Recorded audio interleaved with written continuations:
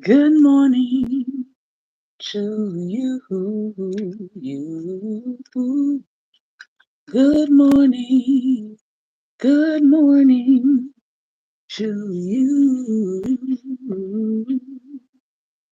Good morning.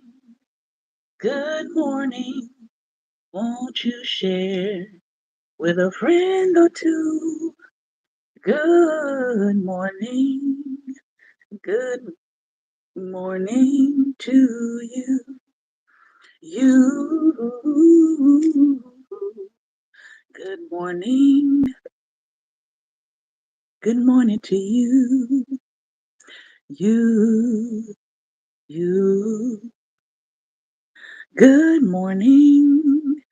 Good morning to you.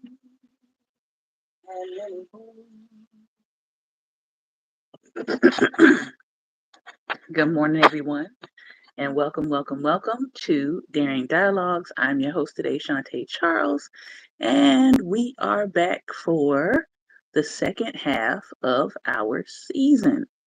I hope that you have been enjoying. I hope that you have been reading along with us and listening and thinking about some books that you want to check out for the summer.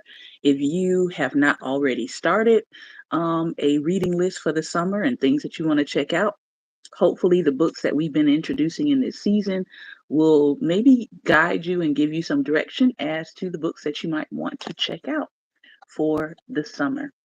And good morning. It is Monday Motivation, and we are here to hopefully motivate your Monday. Over the weekend, I was reading up from one of the books that we started reading back in February. Most of you know I tend to read several books at a time, and so I've always got a stack of books and sort of picking up where I left off or taking notes on those books. But one of those books that we started reading from was Free All Along, the Robert Penn Warren Civil Rights Interviews. And I I really enjoy this book, but one of the reasons why I enjoy it is it gives me more insight into civil rights, civil rights activism, the lessons of our elders, the lessons of our ancestors, because many of these people have passed on. And so they give us direct insight into the time as it was happening, not necessarily in retrospect.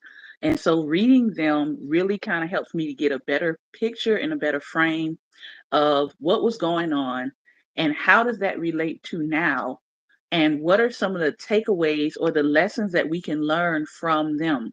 So we're going to be reading from one of the civil rights activists today.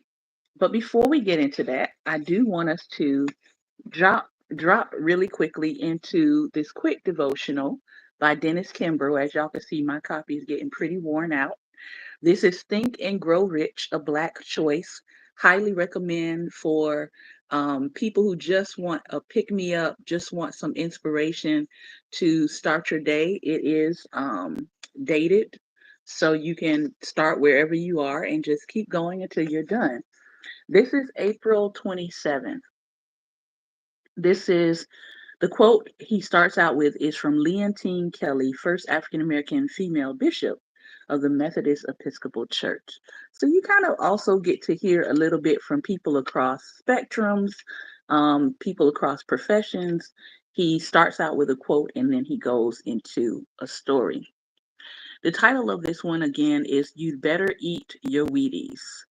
There are no shade trees on the road to success, is her quote. In all of life's endeavors, your own efforts will help you the most. Loose wires give out no musical notes, but when their ends are fastened, whether it be the piano or the harp or the violin, music is born.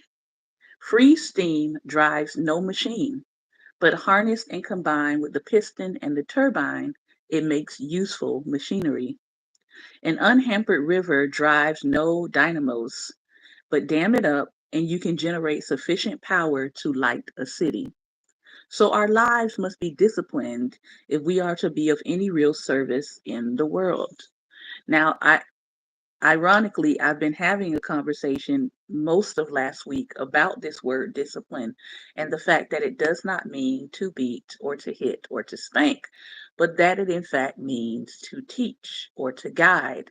And so when people use the word discipline to substitute for hit or to substitute for spank, they're actually misusing the word because that's not what discipline is at all. But back to the topic.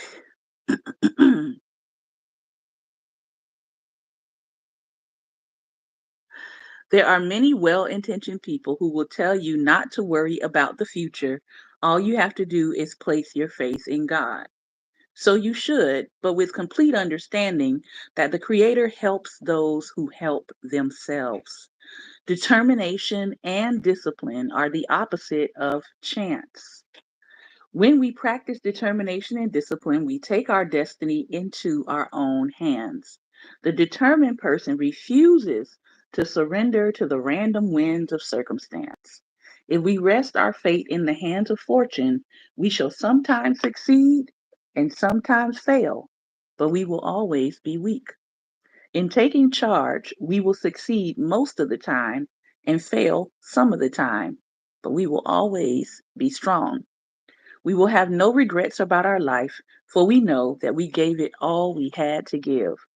So, be determined, be disciplined, be strong. Seize opportunities.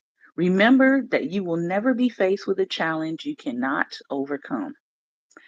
And his affirmation that he leaves us with is today I will gather the strength to become more determined and disciplined in order to reach my goals. So, think about that today.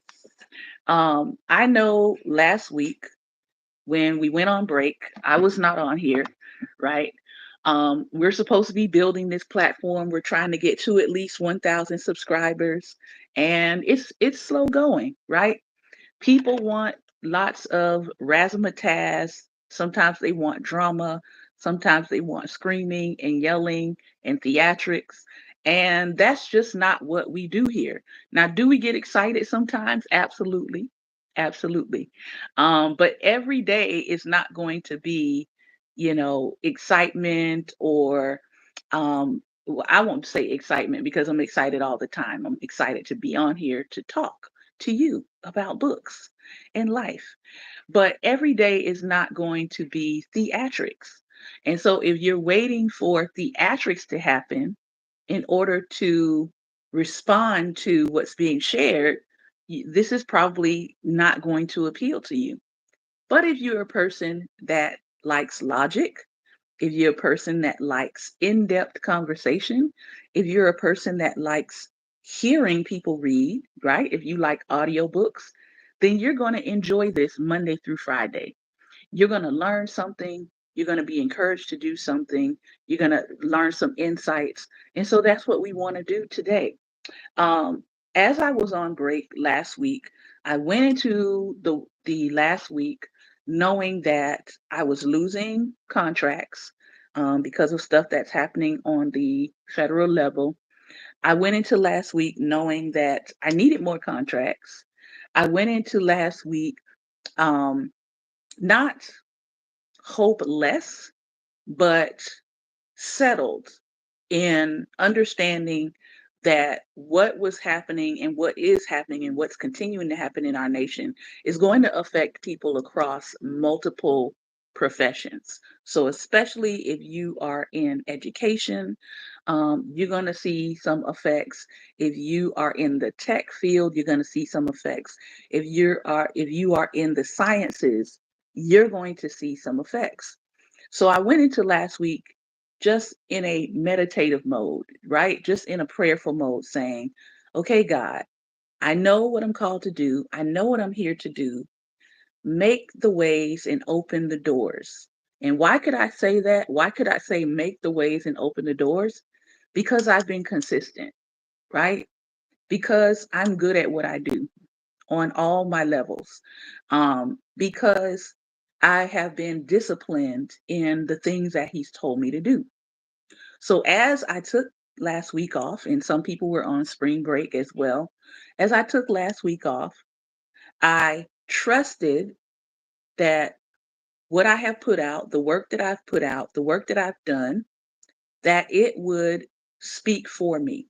And I know people tell Black women, girl, you gotta push yourself forward. Don't just be like your work will speak for you. Well, in this case, I let my work speak for me. And as I did that, I come back this week. I have new contracts. I have more opportunities to do things in the social media space that I desire to do. And I look back at the week and I say, the best thing for me was to trust the process, to be still, and to know that my creator is my creator and that he's going to work these things out for me without me having to compromise who I am and without me having to compromise what I believe in, where my values are. Um, I think what we're going to see probably in the next year or so is you're going to see people making those choices. You're going to see people making hard choices. Do I remain in the frame of my values and what I believe in and what I feel connected to and what I feel called to and what I feel passionate about? Or do I just grab for the first thing that comes along because I've got to survive? And so I want to encourage those of you who are going to be making those choices to have courage, have courage, and trust in what you know to be true. Trust your value system. Go and stay within your value system. Be good at what you're doing. Be excellent at what you are doing. Be consistent at what you're doing. And trust that your creator is going to align you in the places that you need to be. And speaking of that, we also saw the process of the draft, correct? We're not going to talk about that today. We're not going to talk about the draft today. We're not going to talk about the draft today. But we will get to it this week. I haven't decided what day. But I do want to talk about some things around that because I would venture to say um, the draft process gained followers, it gained an audience because of one person. Now, people can have whatever commentary they want to have around that person, but the reality is that person brought viewership to the draft process of people who had never watched the draft, for number one, and number two, people who had never been interested in it at all.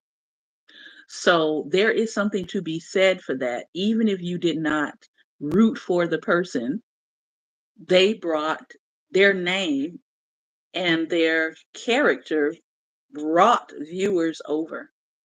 And I don't think that that can be underscored enough. So we will probably talk about that a little bit later this week. Now, let's get into talking about some very important things when it comes to where we are in our history right now. We know right now in history, in United States history that's being made in real time, people are trying to roll us back when it comes to our civil rights. People are trying to reinstitute things like segregation, especially in workplaces. These are executive orders that have been put out. People are trying to reinstate corporal punishment back into more than just the current states that allow it. I think there's like 19 states that currently allow corporal punishment still in schools, but there might be more coming. And so Clary Collins Harvey, I'm going to read through this interview because she gives some very, very good points about what actually happened. We can read from her experience and get some hindsight insight into what does it mean to go back to segregation and what were they facing when it came to desegregation, and what were some grassroots things that they were doing to move their civil rights forward. I don't think that this is talked about enough, which is why we're going to read her interview. So let's learn a little bit about Clary Collins Harvey. You might not have ever heard her name before, but say her name today. If you're going to be in the social media space, put her name out there, hashtag it. Clary, Clarie, Clary Collins, Collins, Harvey, Harvey. Clary Collins Harvey was a prosperous businesswoman and active civil rights organizer based in Jackson, Mississippi. In 1961, she founded Woman Power Unlimited, which, as she explained, started from her desire to deliver warm clothes to the Freedom Riders, unexpectedly jailed in the city. Freedom Riders were African American and white activists traveling together on bus trips through the South to challenge segregation in public transportation. When the riders were arrested in Jackson, Harvey organized local church congregations to donate goods for their care. Then she tapped into a network of women outside Mississippi who began sending the Freedom Riders everything from bedding to magazines. The work of Woman Power Unlimited, an interracial, interfaith organization, expanded to include organizing rallies, voter registration drives, which we need to be organizing this summer, starting now, and business boycotts, which we all know are happening right now in real time. Harvey said in a 1981 interview that Woman Power Unlimited was a bare bones but highly effective operation. We had no overhead, she said. What funds came in went directly where they were needed, i.e., mutual aid days. We received and paid no salaries. The women cooked for hours and nobody got a penny for anything. We were truly volunteers. Woman Power Unlimited fed activists hot meals when they got out of the notorious Parchman Penitentiary, as well as during major demonstrations.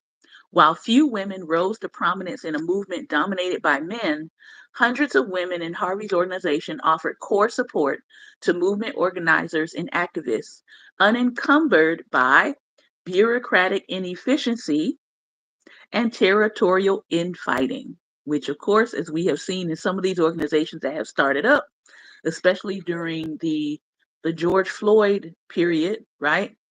Some of these organizations became encumbered, by bureaucratic inefficiency and territorial infighting. Okay? Lessons we want to learn to not do.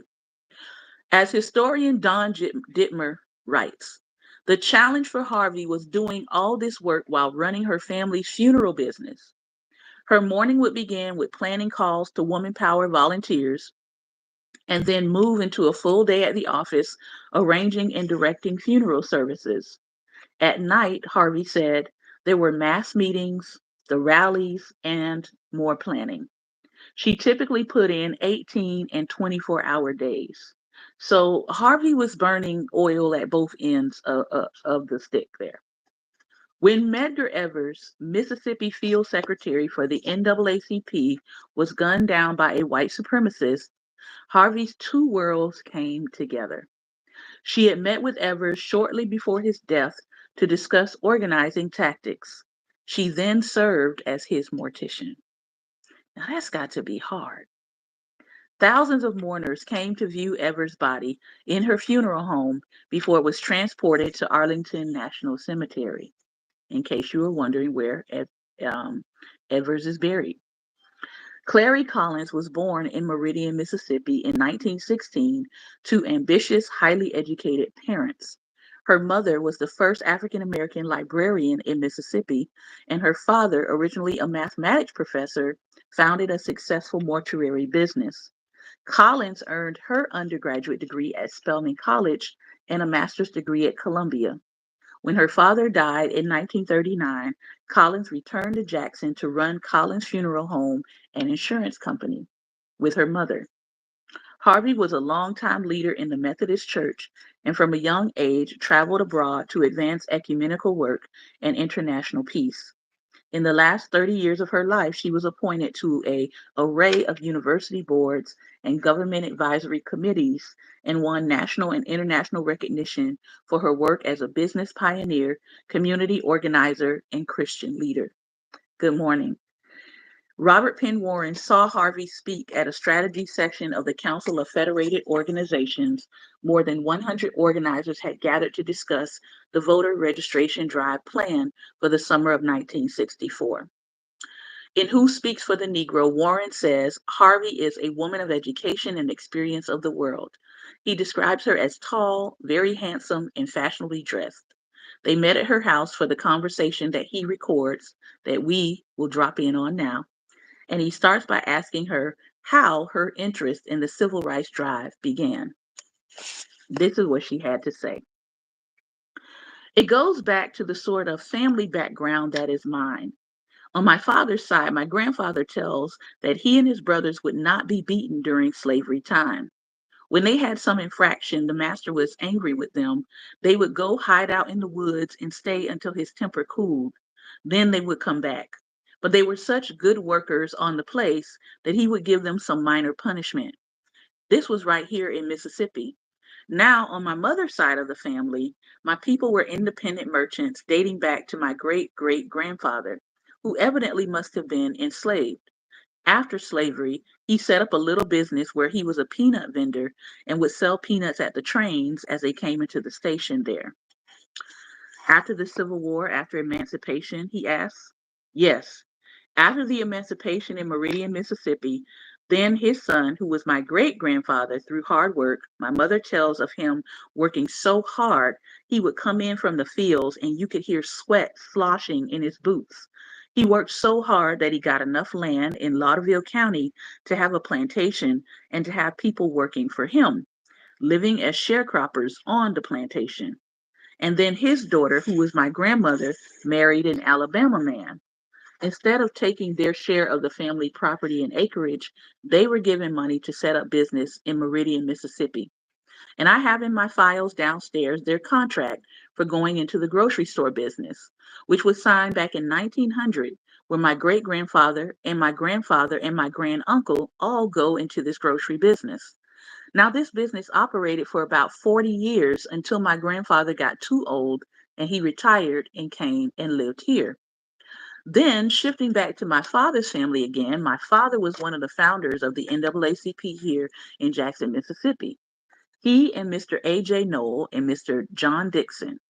For 2 or 3 years, only 3 people would meet, those 3 men. And then finally, they were just able to get more people interested in working with it, and they started a youth council. What year was that? When was it founded roughly? It was in the 1920s. Pretty early then. That's right. And then along probably in the 30s, they started the first youth council. And I was a member of the first youth council along with the daughters of the other 2 men. And the daughter of one of the men became Gladys Noel Bates. As an adult, she filed the first suit for the equalization of teachers' salaries in the state of Mississippi. So here again is an explanation of why I'm involved in the civil rights movement. It's family background, tradition, the type of stock I come from that makes me interested in this sort of thing. One of my daily burdens is my own immediate staff in the office. Now, she is detailing that she has generational experience with business. She's also detailing that she has a generational stake in understanding civil rights and civil rights movement, and how you don't start with 100 people, 1,000 people, tens of thousands. You start with the 3 people that are willing to meet together for years before anyone else gets involved. I just hope people hear that, because in today's day, you can do so much more organizing very quickly that they could not. We have technology now that enables us to gather people quickly, to gather information, to gather interested parties, and move from there. Now, listen to what she says about the people that's in her staff.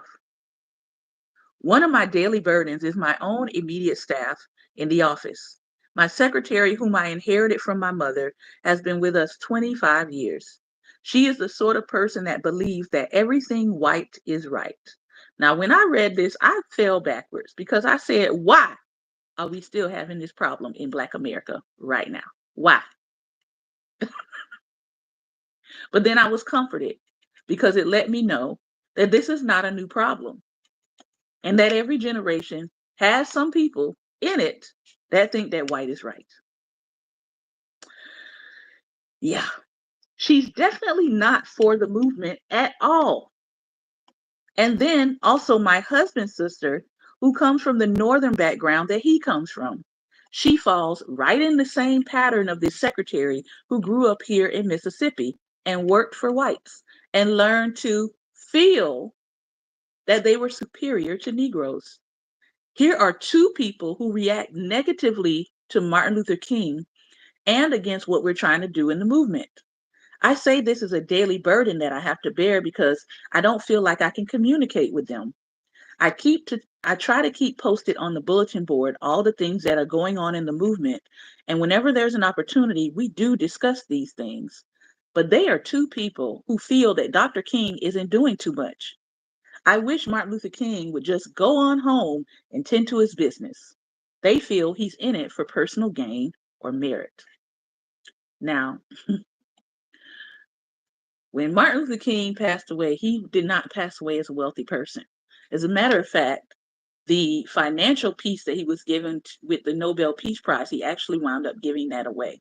So he definitely wasn't in it for personal gain. But we'll keep going.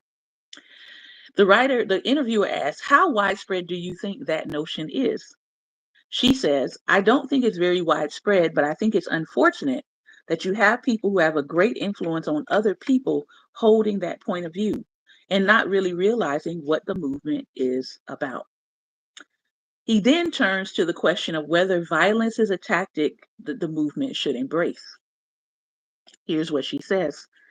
There is the feeling now, listening to people talk, that they have been patient too long and that the Justice Department is not doing anything about their grievances. Well, guess what? In 2025, we're back to that. We're back to a Justice Department that has dismantled civil rights divisions within agencies. They're not planning to do anything about your grievances. I just want people to know that and be aware and be clear. They're dismantling civil rights departments within agencies. That tells you they're not planning to hear your grievances. Okay? That's why we're reading this, because you need some wisdom and understanding. Therefore, because the Justice Department is not doing anything about their grievances, they feel that they must take things in their own hands. Here you have the possibility of violence erupting from the Negro against the white group. Well, what would that mean? Well, it would mean a fight. It would mean mob violence. It would mean physical action with knives, with pew-pews and what have you. Now, what would this solve? It would solve nothing. It will compound the problem. But they just feel that this stuff is so built up. They go down to register to vote, and the registrar disappears. So they stay there all day waiting to register. And somebody comes in and says, well, we've got to close now. You have to come back tomorrow. You see, all these harassments and frustrations are at just the explosion point of a lot of people. It's the very real thing now in Mississippi and may get entirely away from all the nonviolent action Martin Luther King is preaching. So, what are these things designed to do? What were they designed to do? They were designed to harass and frustrate Black people at the time to get them to move away from the practice of nonviolent action. Why? Because if you move toward violence, then I can enact violence upon you and be justified in my acting of violence upon you, even though I am setting you up to be harassed and frustrated.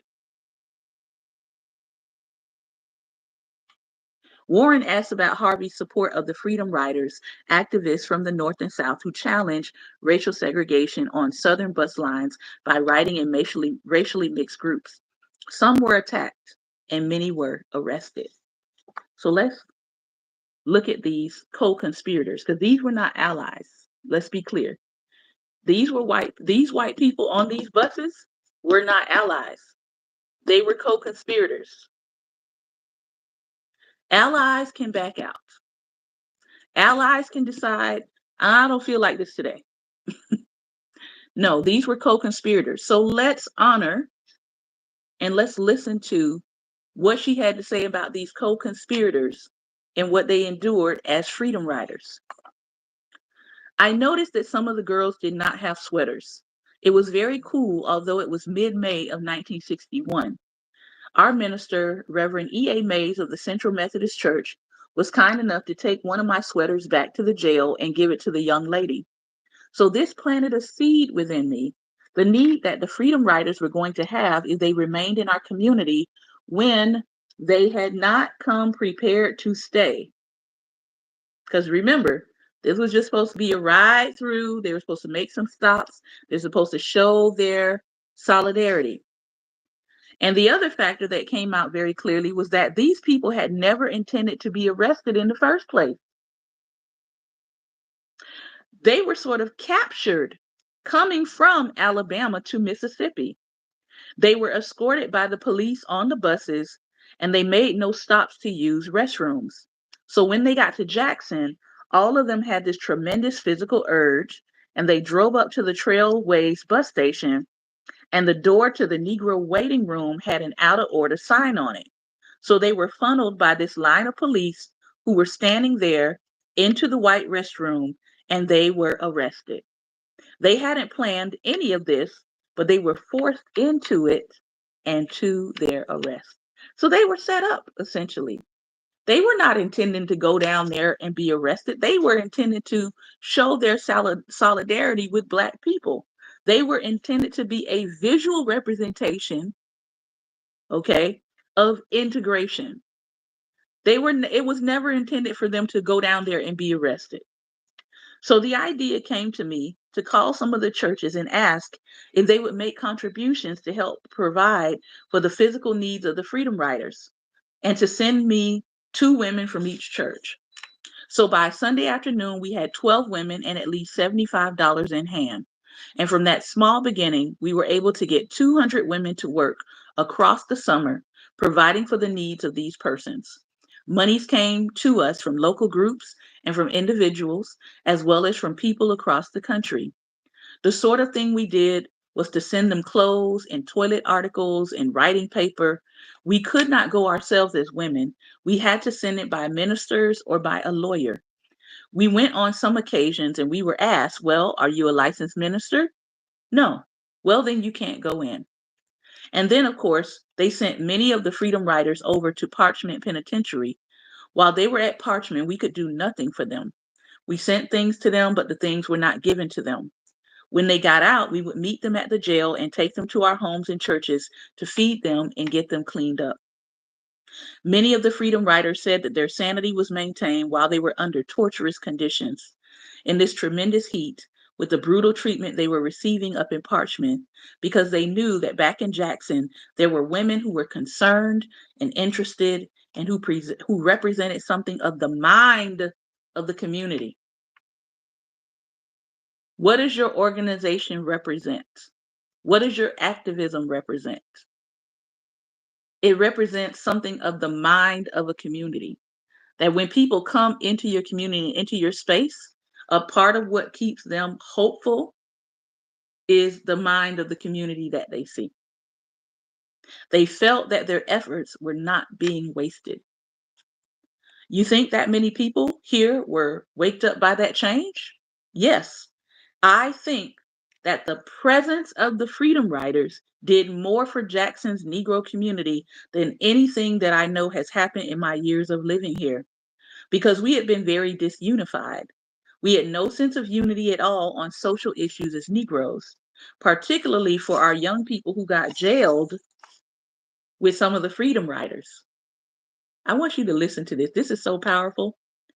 Some of them heard of Yale University for the first time because they were cellmates with someone who had studied at Yale. They heard of universities and colleges that they had never heard of before. They heard of professions that were open that they had never even heard of before, and found out that Negroes did go into those professions. It gave them an ideal, a cause, and a hope, and an exposure that they hadn't had. So that besides unifying the community, it did tremendous good for our young people in giving them goals. Oh, we got to get these Yale educated white folks out of our jails.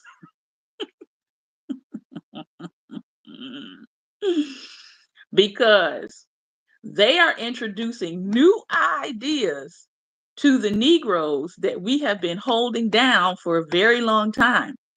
And if these Negroes get ideas about who they can be and what they can do, and that there's something beyond what's happening in Mississippi to them, this is going to be a whole entire problem, i.e., C. Bacon's Rebellion. The interviewer says, "Oh, I hadn't thought of that aspect." We know you didn't. Yes, this was tremendous. It also brought courage. We began to look at ourselves and say, well, maybe we ought not to just be satisfied living as we are. Maybe there is another way of life that's possible right here. Maybe we don't have to send our children to Los Angeles and to New York and Chicago and Detroit for jobs when they get educated. Maybe they can get their jobs right here if we do certain things for ourselves within our community.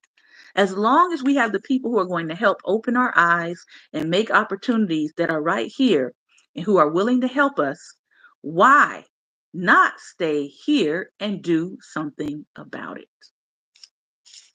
Now I could just cue my organ right there. Dun, dun, dun, dun, dun, dun, dun, dun, dun, dun, dun, dun, dun, dun, dun, dun. James Baldwin writes in his last book, yes, The Fire Next Time, yes, that the Southern white mob does not represent the majority will of the South. He says that this is based on the testimony of those best qualified to observe, the people being in actual embattled fighters on the Southern front. Would that seem to make sense to you? I think it makes sense, though that the mob is the one that gets the publicity. Let me say that one more time. The mob is the one that gets the publicity. I think that the real tragedy in the South is the people of goodwill who remain silent, who let the mob take over and exert the pressures and get the publicity. Still true today. Still true. The mob is out voicing the good people in your community, in your home, on your job. When you let the mob outvoice you and it gets the publicity, it paints the picture that this is what your community is.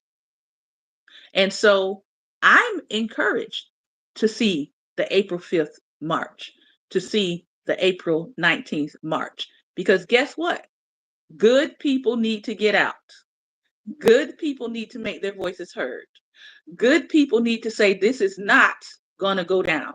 Good people need to say, this is not what we want happening in our government. Yes, the good people. Baldwin goes on to say that the mob fills a moral vacuum. The other forces can't find a way of expression.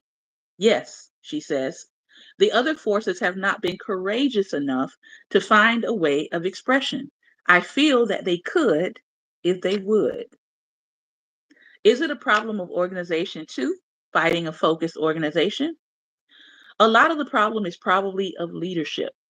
I think the lack of leadership has been great in the white group as well as the Negro group, because so many of our best people, listen to this, so many of our best people have been siphoned off, white and Negro, to other areas. because they haven't been able to find the job opportunities and economic security that they needed within the community. You have thousands moving away every year, white and Negro, some of your best minds. So when people talk about brain drain and how people from other countries will be leaving the United States and going back to their countries, understand that the brain drain was happening here in the United States before those people ever came over. Our best minds were either moving from the South to the North, or they were moving out of the United States entirely. Mhm. Yes, Mississippi has been sort of the seed bag of manpower for the country for a long time. These people that have left would have given us the sort of leadership we needed to keep the mob in place. Of course, they say this is why the Citizens Council was organized, to prevent mob violence and to get moderate control, but it hasn't worked out this way. The interviewer says the old question that we hear over and over again in one form or another: can there be a solution for the Negro problem without a solution for poor whites in the South? I would think not. I think the two have to go hand in hand. I don't think you can help one without helping the other, and I don't think you should help one without helping the other. One of the major problems in the South that has affected both groups is economics, and it's reflected in poor education for whites as well as poor education for the Negro. And if this problem of economics is helped, then it should spread across the board. And this will mean a tremendous amount to our state. Meeting basic economic needs is really fundamental. This question of the poor whites and the poor Negroes getting rapport and a working relationship, it can be done. They have been used by the power structure, pitted against each other, and they really don't have deep seated resentments against each other. Let me say that again, because this is still true. They have been used by the power structure, pitted against each other, and they really don't have deep seated resentments against each other. They could work together if given an opportunity to do so.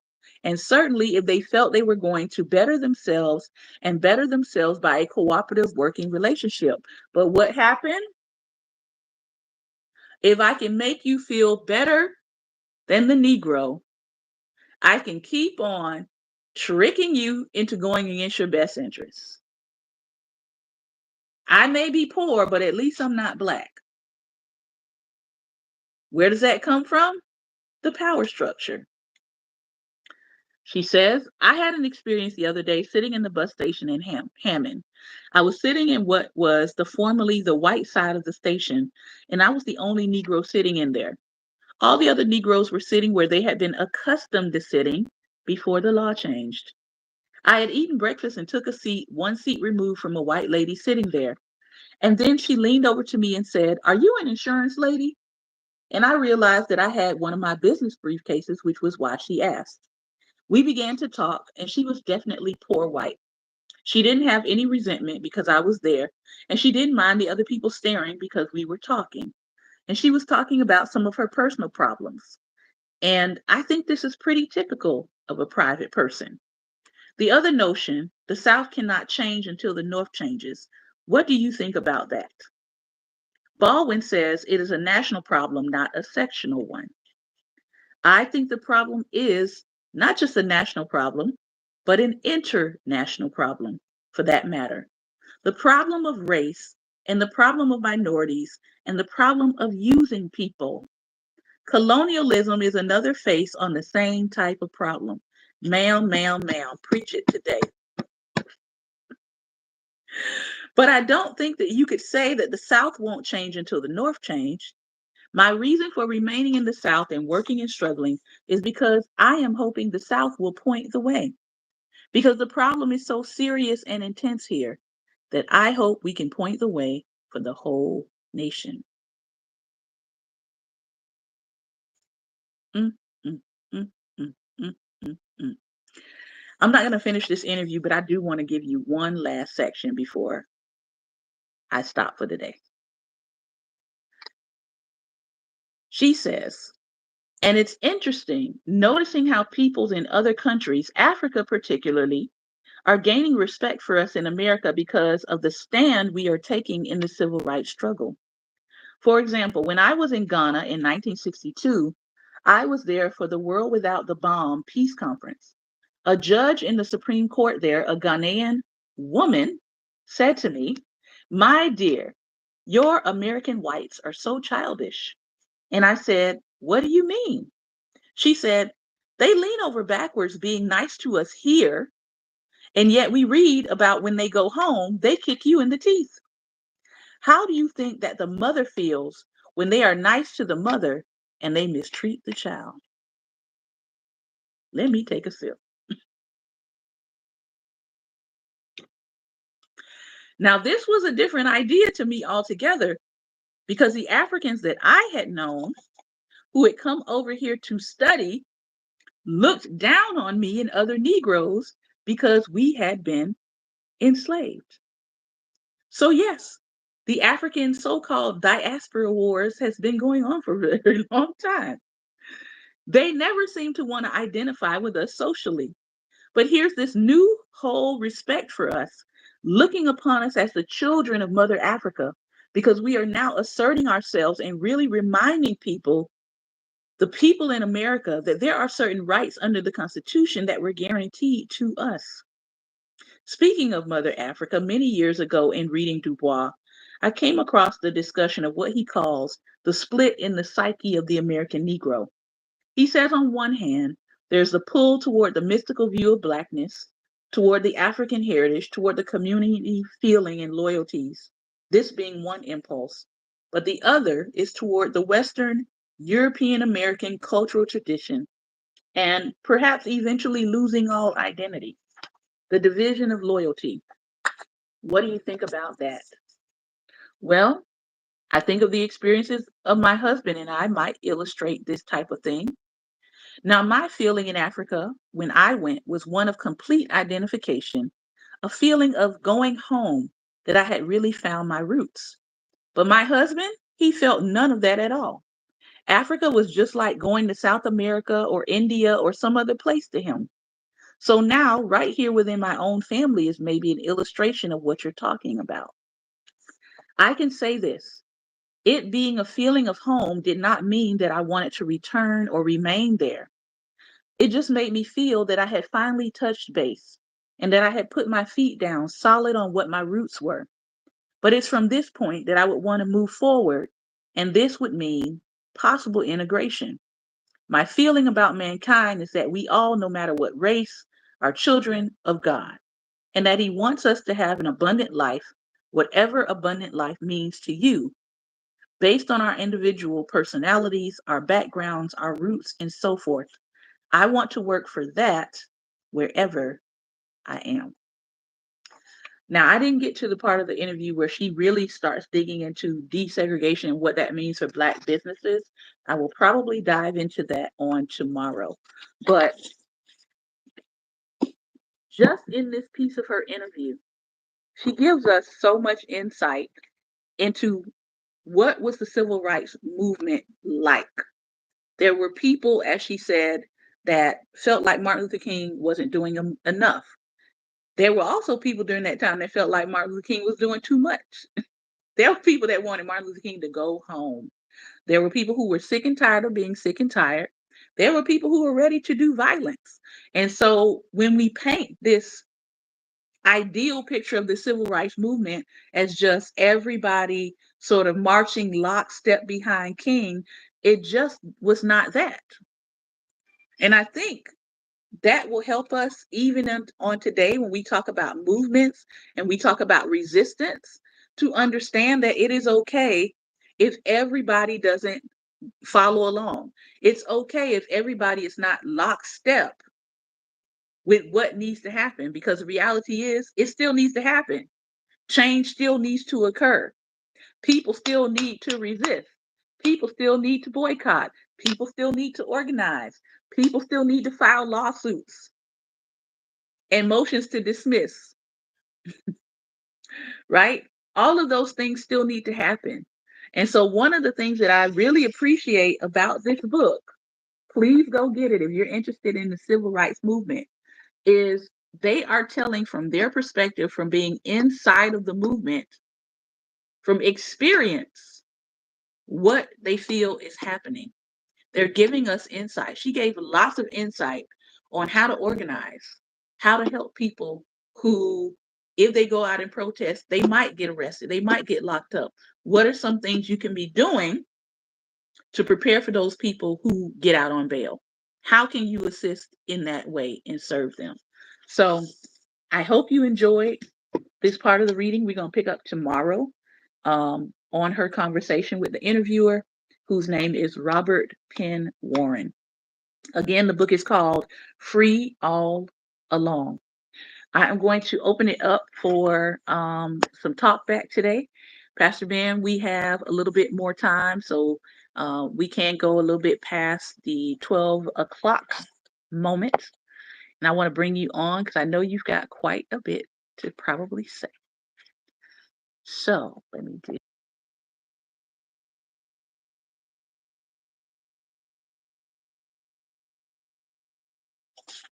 Sending the email, and let me know if you see it or if you can get it to come in.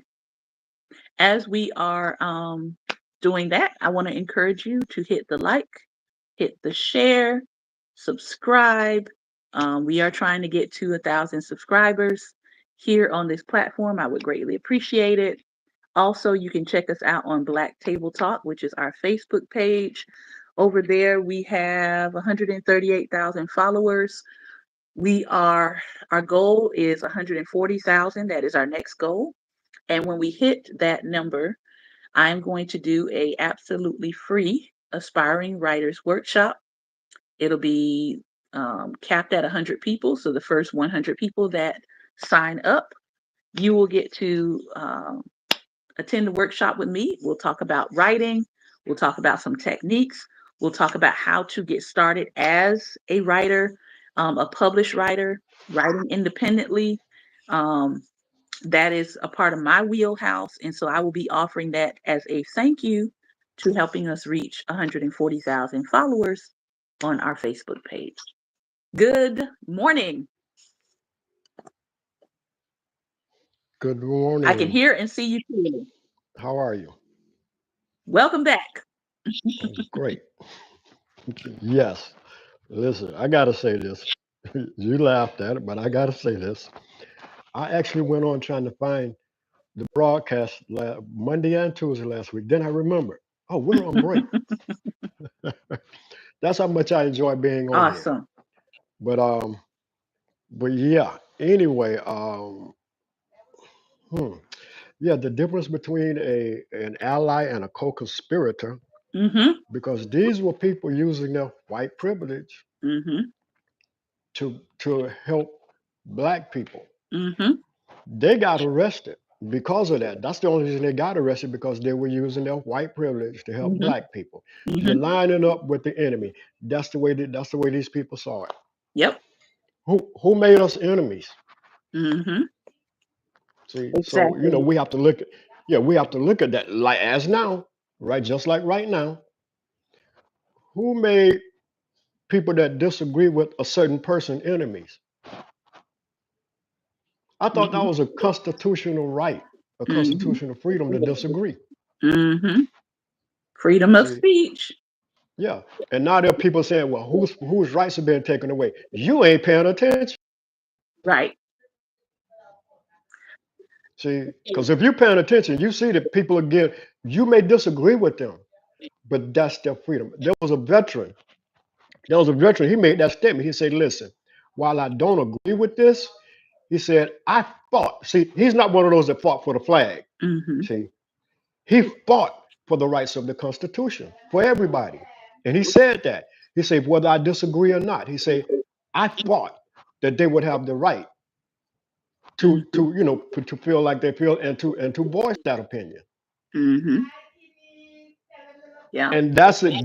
That's what the truth is supposed to be about. You fought so we would have constitutional rights, and we will be able to exercise those rights without fear of what's going on right now. And the other piece too, like I started going back into looking at, because one person pointed out, they said go back and look at the oath that these people take. They take an Hmm. oath, especially with military. You take an oath to defend the Constitution. You don't take an oath to defend the president. Mm-mm. You take an oath to defend the Constitution against all enemies, foreign and domestic. Hmm. And that's why I keep asking the question, those in the military who have taken that oath, and you literally see that these people are not just unconstitutional, they are anti-constitutional. What is your duty? Is your duty to Hmm. fall in line behind a president who is literally going against everything the Constitution says? Or is your duty to protect and defend the Constitution and the rights of the citizenry? What is going on? And why are y'all silent? Let's start there. Because if you're in Hmm. the military and you see what's going on, you shouldn't be silent. If you are former military and you see what's going on, you shouldn't be silent. Let's go back to the freedom riders, because I want people to understand the freedom riders were sentenced to jail terms ranging from 30 days to 60 days. So it wasn't just them getting arrested and they're in there a night or two. No, these were many of them Yale students, Yale college educated students whose college Hmm. education was disrupted as well by participating in this, because they were in jail for a good for a little piece. It wasn't like they got out in 48 hours. No. So when she talks about how they had to organize and how they were getting them supplies and how even after they got out they had to get them cleaned up and they had to feed them, this was not a light thing. This went on their records. Now I don't know how much of this was expunged eventually, right? But Parchment State Penitentiary, from my understanding, was a nightmare. And if it still exists, it's probably Hmm. still a nightmare in Mississippi. Some were released by after posting bail, while others spent extended periods in the jail awaiting trial. 27 were arrested upon arrival at the bus station, and they were sentenced to 2 months at Mississippi's worst prison. It's a notorious state penitentiary. So who knows what kind of scars were left upon them from that experience. But when we talk about co-conspiratorship, it's that cost that comes with the movement. Because Hmm. again, I've had people tell me I'm an ally, and then next thing I know, I'm getting told off by them and I don't hear from them again. So this is why I don't use the word ally, because to me allies are fickle. They're with you today Hmm. until you say something that rubs them the wrong way, until you make them uncomfortable, until you challenge them on something they believe, until you say something about their favorite personality, and then they're gone.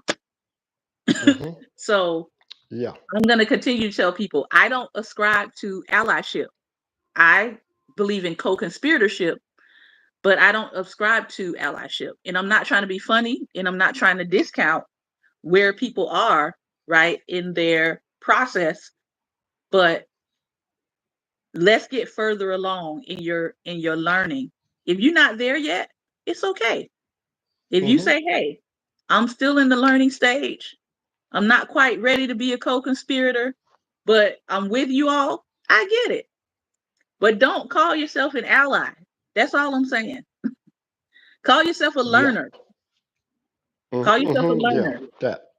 Yeah. I'm also going to say this. It's a good thing you said we're not going to talk about the draft. 99 times.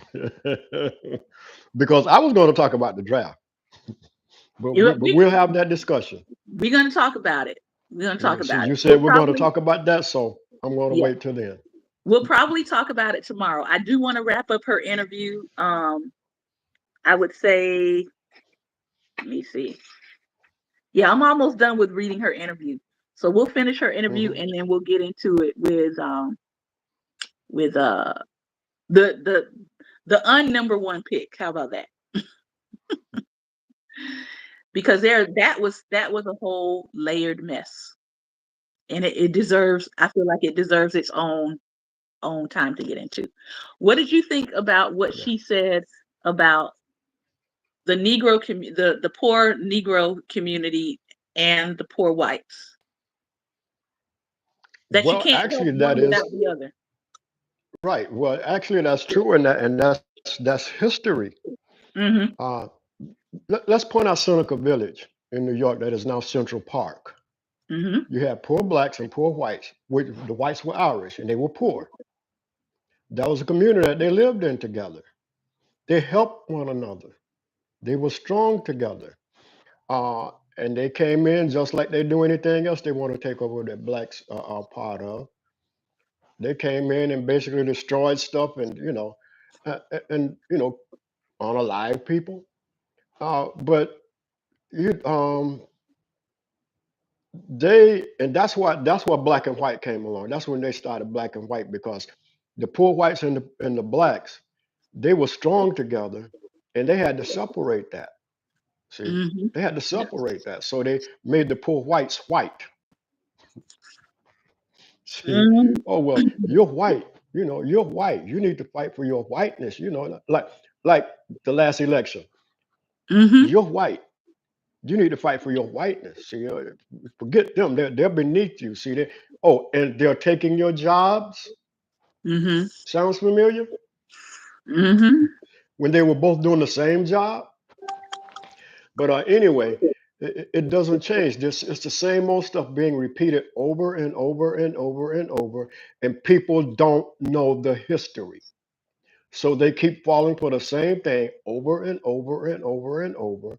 And now they're trying to make sure that people don't learn Don't know it at all. Yeah. because they're doing everything they can to remove it. Yeah. They're trying to make sure people don't know it at all. Education. And I told someone when you talk about us not knowing the history, the moment that executive order came out addressing museums, I told people, I said, listen, executive orders are not law. They are Mm-mm. suggestions. Mm-hmm. But the director came out and said, nothing's going to change about the museum, right? He said that. Mm-hmm. Now, a couple weeks later, we hear stuff is being removed from the museums and sent back to the owners. Now Mm-hmm. they're saying, oh, this process happens all the time. These items were on loan, and because the loan date is up, we are now returning those items back to the persons. Anybody with any kind of common sense knows that if something is on loan, it can be renewed. Mm-hmm. You don't have to end the loan, you can renew it. Mm-hmm. So essentially, what they're saying is, as these loan dates expire, as they come to their expiration, we will use this as a way to remove stuff out of the museum and send it back to people. Mm-hmm. This makes me concerned because I was getting ready to contact the museum about preserving great my great grandmother's um textiles. Now I'm no longer going to do that because I don't want to put my great grandmother's things in a place where I thought would have been secure and cared for, Mm-hmm. to then be either shuffled around, lost, destroyed. Oh, we Mm-hmm. can't find it. That would piss me off. Mm-hmm. Yeah. So I said, well, there goes. And again, people don't seem to understand the fallout of this is going to be, can we trust our institutions to preserve stuff for us anymore? Mm-hmm. See, that's the back end of this is the institutions we've always trusted in that would preserve our history. Can we rely on them anymore to do that? And if we cannot rely on them anymore to do that, then what does that mean for the things we're trying to preserve?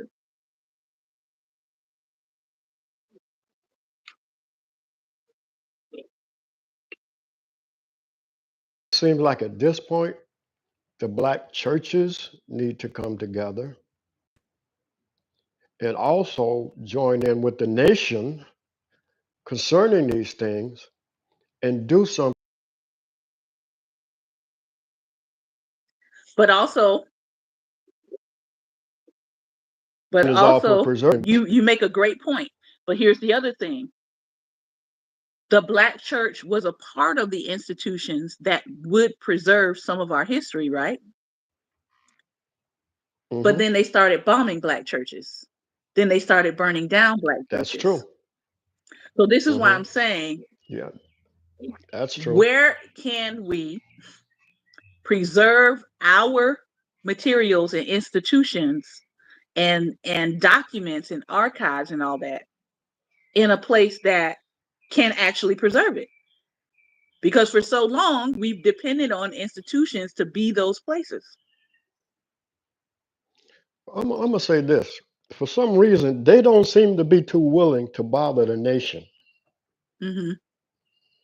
For some reason, Well, we that's probably both because know what that is. fruit of Islam, fruit of Hmm. Islam, and the fact that Hmm. they have their own literal militia. Those men are trained to Hmm. fight, and they Hmm. are trained to be armed. Hmm. Yeah, and they The don't other want to run up against that. the other piece I think about is when you think about the Bible, right? Or you think about biblical texts, some of the stuff they are only finding was because people at the time had to go and hide parchments. They had to hide scrolls. They were hiding them in caves. Hmm. That's how bad it got there with them trying to preserve what they had written.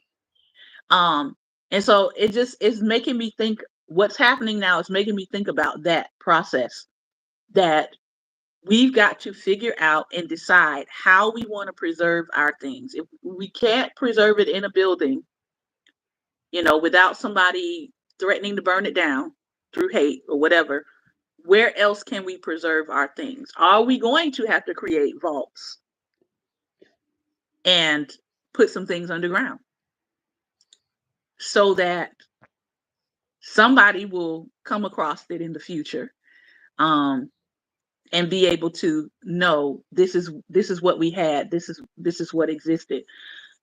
I think we've got to think beyond the building at this point. Hmm. Hmm. Yeah, yeah. Um, I don't know. I don't know, man. There's an attack. Well, there's always been an attack because the attack never stopped. It just went underground and was It's hidden a little being, bit. I would say, it's being refueled.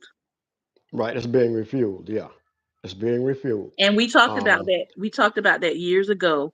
That God gave me an open vision. This was when we were in on the Virginia side, and that's really kind of a part of what like launched our mission in what we were doing in this region.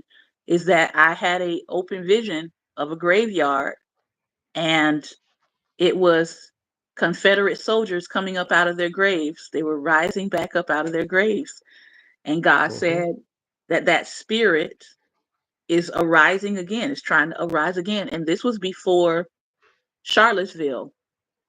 We were doing study mhm, in Northern Virginia, and we were studying about lynchings and all of that. And I had that open vision, and God was like, "Yeah, this spirit is returning. It's rising up out of the grave, and y'all are going to have to face it." And sure enough, here we are. Now, I know people don't want to talk about open visions and things like that, but you just went to go watch Sinners. oh, but that was a movie. We're going to have that conversation too. We'll Hmm. have that too. We could probably have that on Wednesday. We'll talk Sinners on Wednesday. I've only seen it once. I'm not like other people who are fanatics who have gone to see it 3 times and 6 times in IMAX and different theater forms. I've seen it once. Once was enough for me as a seer, as a prophet, as a person who sees into the other realm. One time Listen, was enough for me. I haven't seen it yet, so I guess I'm going to have to go and see it tomorrow. Uh, Listen, we but went to go my see it son, in the daytime because I was like, I mhm. can't. My son saw it. My son saw it, and Uh-huh. he gave me some things about. He said, "Daddy, this is deep, Hmm. spiritual."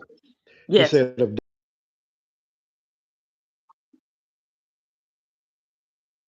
Yes.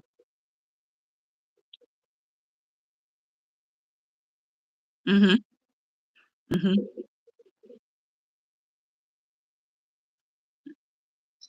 Hmm. telling me about it," she said there was some young people sitting next to her when she was watching it, and once she told them what was going on, they was like, "Oh wow!" So we're inviting, Hmm. they said, "So we're actually inviting demons in." Hmm. She said, "That's what one of them said." Hmm.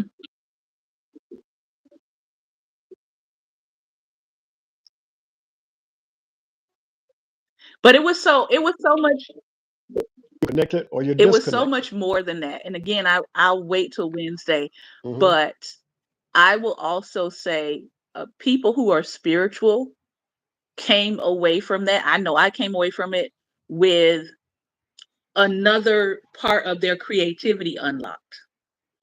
There were a lot of Hmm. people there. You'll know the scene once you're in the movie. I don't want to give it away, but there were a lot of people that Hmm. after that scene, they said they felt like something was unlocked in them. That was good. Um, and it was their creative self unlocked. And people have been talking about that, how they've been creating again, singing again, writing again, painting again, playing music again. Some he That's why I said in my write up, I said Ryan Coogler had to go into the he had to go ascend to get that revelation and bring it and make it visual to people.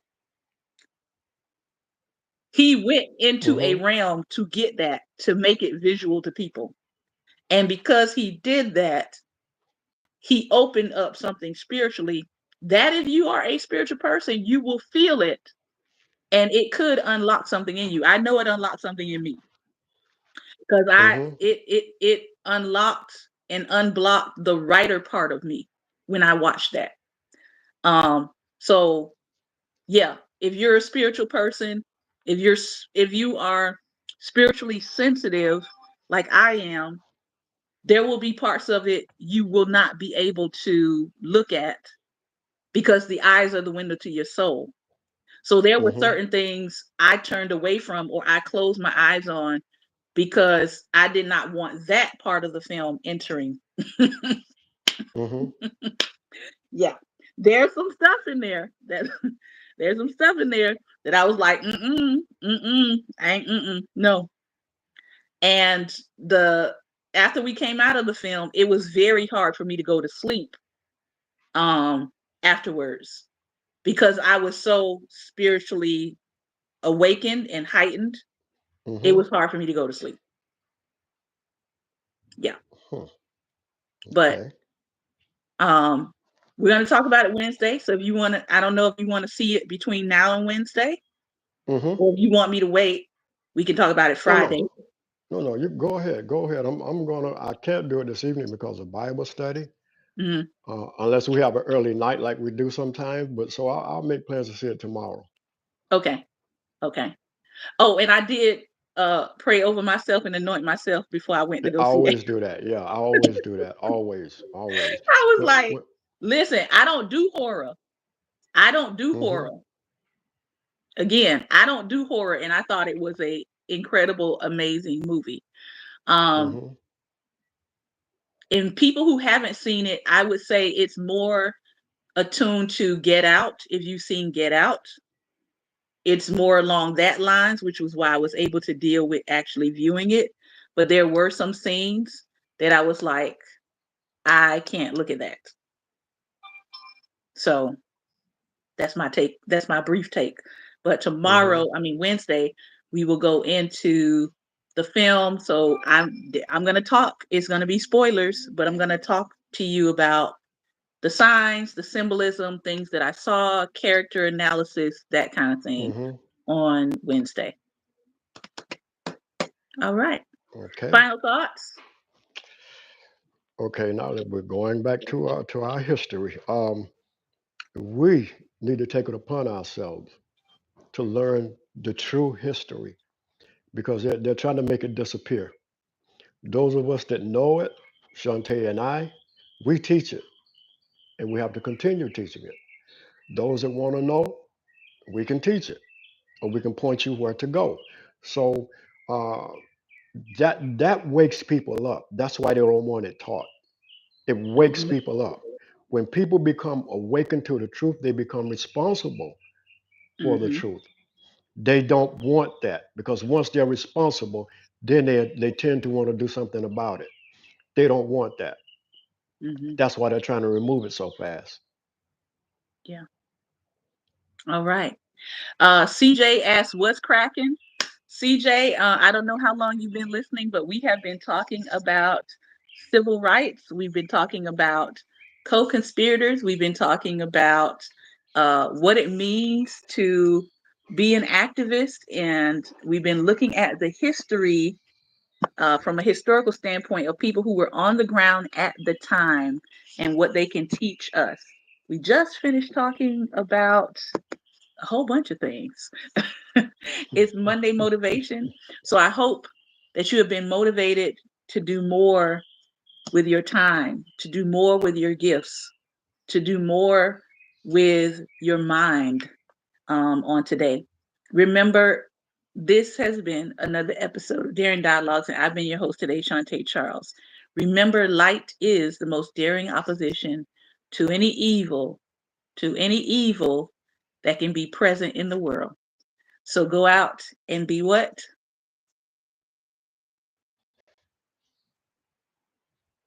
Light. Light. Thank you so much for your time and attention. Thank you all for hanging in here. I know we're way past the hour, but I had time today. So I wanted to get it in. All right. We'll be back on tomorrow. We will finish up the interview that we were reading. She's going to talk about Black business, segregation and desegregation, what happened during that time, and what do we need to pay attention to as people have these conversations about segregation and desegregation? What does that mean for the economy? What does that mean for Black people and the things that Black people are trying to build? She gives some powerful insights. We're going to share that. And then we're going to dive into a conversation around the draft tomorrow. Okay. I'm only going to be talking as a unexperienced observer. I know players in the league right now. My brother went through the player process, the combine and all that. He shared some insights with me. I'm going to try to see if I can get more insight out of him between today and tomorrow. And we're going to chop it up and talk about draft day and what happened and why we think it might have turned out the way that it did. All right. So stay tuned. If you're a sports aficionado and all of that, join us in the comment section. You'll be able to give your thoughts. I'm going to leave the comment section open on tomorrow. I don't know how good of an idea that is, but I'm going to do it. So you all will be able to chime in and tell us what you thought about draft day.